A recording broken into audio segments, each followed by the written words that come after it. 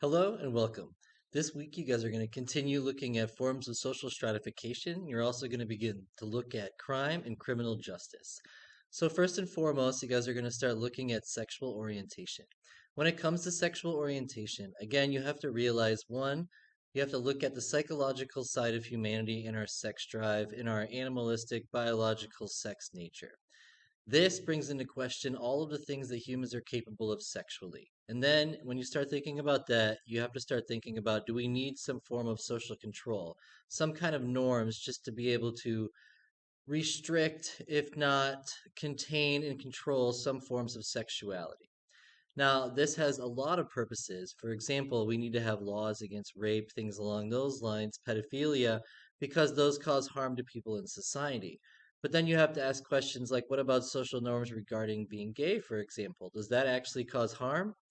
So we need some social norms on our sexuality, okay? And that is a tough thing to talk about, but that's because of the human behavior and what humans themselves are actually capable of.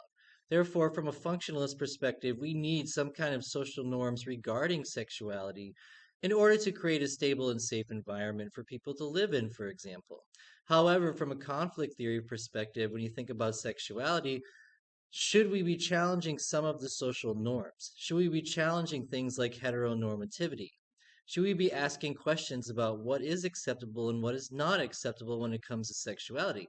And then maybe we should apply a biopsychosocial approach to sexuality so that we can change people's attitudes and reduce conflict regarding sexuality. For example, is there a genetic association between identifying as gay, for example? Yes, there is. There's a genetic basis for that. How is the brain structured? And the way you think associated with your sexuality. And then how is the social context, the way you're raised, the way you're socialized, cultural norms, how does that influence your sexuality? Again, we learn what is acceptable and what is not by interacting with other people in the science society, for example. And from a psychologist point of view, for example, when you're treating people in a city versus treating people in a rural area, people tend to be more prejudicial in a rural area than they are in a city. So, a psychologist is very important to leave subtle cues like we don't discriminate on the wall or a rainbow here and there. And this tells people in rural areas that, albeit prejudice and discrimination against you might be higher in these areas, here this is a safe place.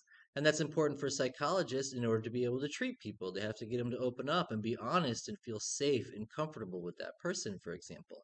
But the truth of the matter is, prejudice and discrimination does exist based upon cultural norms. Things that deviate from cultural norms tend to receive some form of social control. But again, we should be questioning the social norms and asking what kind of social control do we want to impose? Yes, we need to impose sexual norms regarding rape and pedophilia. But do we really need to do that when it comes to same sex marriage, for example? Does that actually harm anyone? Is that not just totally normal? And so, again, this shift in attitudes you're seeing in modern society, but it's also embracing what sexuality is, which is a continuum or a spectrum.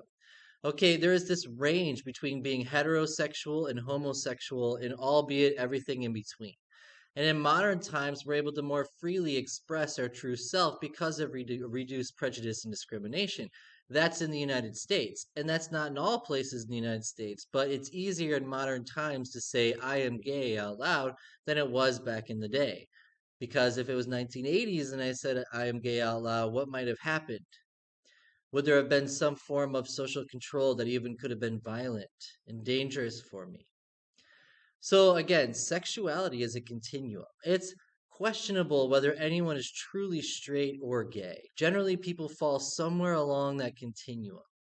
And again, when you guys start to study sexuality and sexual fluidity, there's a lot to this. So again, please look up the idea of sexuality as a continuum. Research this a little bit. See what I'm talking about. But then also, we're in sociology, so we're highly focused not only on the patterns of behavior, of social behavior, but we're also highly focused on systems, such as systems of prejudice and discrimination and how that operates. Okay, because again, the group you identify with is associated with your status, and your status being dominant or minority dictates your access, your life chances, your ability to rise up the social class ladder.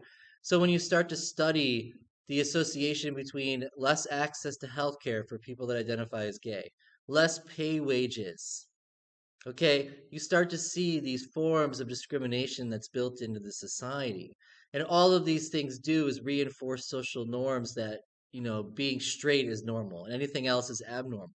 And that's how society used to think. Again, being gay was a psychological disorder until 1973. They literally would institutionalize you if you said I am gay out loud prior to 1973. So again, I'm very glad we live in a times where, prejudice and discrimination for groups, minority groups, women, and people of different races and ethnicities, even though I don't really identify with races and I question the categories altogether. But the experience of race is very real. And people of different sexual orientations and religions. Okay, because again, people will discriminate against you just by seeing your name on an application. So if you have a white sounding name, you're going to get the call back more. Okay, and so all this is how stratification and institutional discrimination works. And again, it's kind of all about deviance and social control. And as we're going to look at with crime and criminal justice, it's the same thing. So after you guys study sexual orientation this week, you guys are going to start looking at systems. Okay, systems that are in place to enforce social norms, which is the justice system. Okay, that's a system in place to make sure that the norms, the rules, the policies, the laws of society are enforced. Okay, so you can look at the justice system from a bureaucratic, rational development perspective. You can look at it as a functionalist perspective, meaning what's the purpose of the institution of the justice system? What's the purpose of laws? What's the purpose of social norms? How do these institutions structure our behavior? That's functionalism. We can also look at the criminal justice from a conflict theory perspective. And we can say things like, why is it that 1 in 16 whites go to prison, but 1 in 3 blacks go to prison when whites are twice as likely to be pulled over with drugs or a gun in the car than a Latino or an African American who is 8 times more likely to be pulled over? So again, why aren't the police going after the white people who are twice as likely to have drugs and guns than someone who's non-white? And again, that's conflict theory, group versus group. Who does the police work for? The white privilege in power, or does it work for the people? Again, so we need to be asking questions. And then symbolic interactionism would say, look, we're the ones who come up with this system. Same thing for sexual orientation. We're the ones who come up with these categories, these methods of identifying ourselves and structuring our behavior. If you don't like the categories, get rid of the categories. Stop referring to yourself as anything. Stop calling yourself white. Stop calling yourself black. Stop calling yourself Asian. Stop calling yourself straight. Stop calling yourself a male or a female. Just be a person. Can you interview somebody without noticing their race or their sex or their gender? Can you be unbiased and let go of all these categories that restrict our behavior? If you're a boy, are you scared to cry because you don't want to look like a girl? Again, and so this is social stratification. The ways we divide into groups, then the meanings that are attached to those divisions, those groups, and then the ways we rank those groups into dominant and minority, which then affects not only our behavior, but also our access. Okay?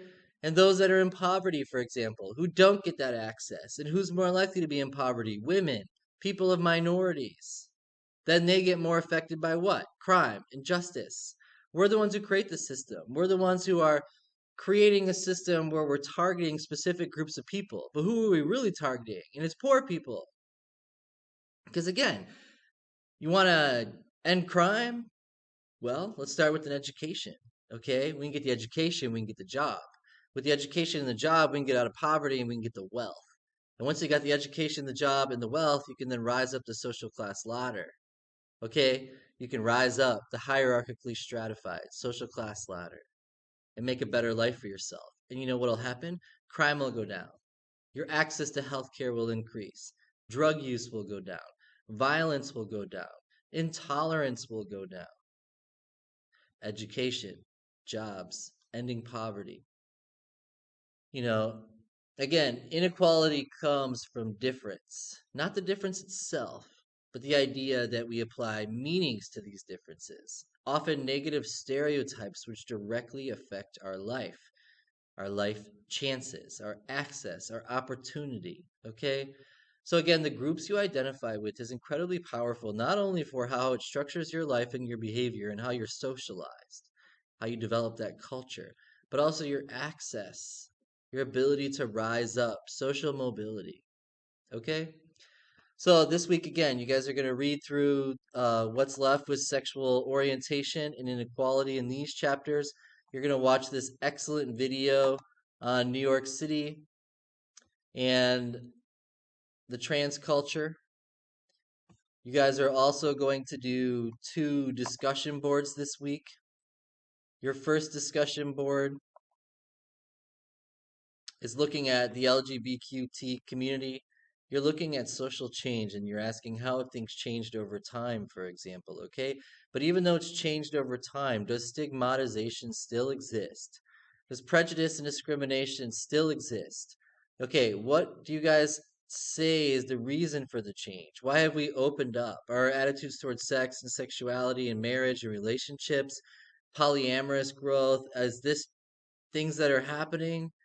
Why is this happening? And is it because we're in the United States, for example?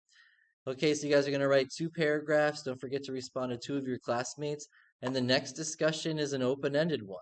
This gives you guys a chance to talk about things you might never have talked about before. So, what are you guys interested in? What kind of social problems do you want to address in your life? I love social stratification. I mean, I don't love it. It's terrible that inequality exists. But this is where my passion lies. I like race, sex, gender, sexuality, religion, culture, these ways we divide into groups that affect our life. And then my other specialty is gender diversity. It's what my PhD is in, and psychology.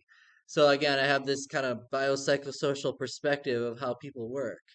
And I'm very curious about all that. You know, like when I first started studying whether there's a genetic difference between black and white people and Asian people, for example, and I found out not really, not in the ways we think, it got me thinking about things like, am I actually white? And then I started questioning things like, why does the Olympic Committee not let women with high levels of testosterone compete? So the Olympic Committee basically defines you male as male or female, not based upon gonads, genitalia, and chromosomes, but based upon hormone levels, which is an interesting approach. How many sexes are there? I used to think there were 2. Then I found out there were 3. Now I really don't know because now there's just more sexes. And then gender, which is perception of what biological sex you are, a completely different subject. There's infinite numbers of genders. Gender is all about the perception of what category you think you are. Then there's the idea of not categorizing yourself. Get rid of the categories. A lot of cool stuff going on in modern times. So I'm not sure what you guys are totally interested in. Maybe you're into poverty, maybe you're into globalization and global issues. This will give you guys a chance to fish a little bit. Please email with any questions and thank you so much.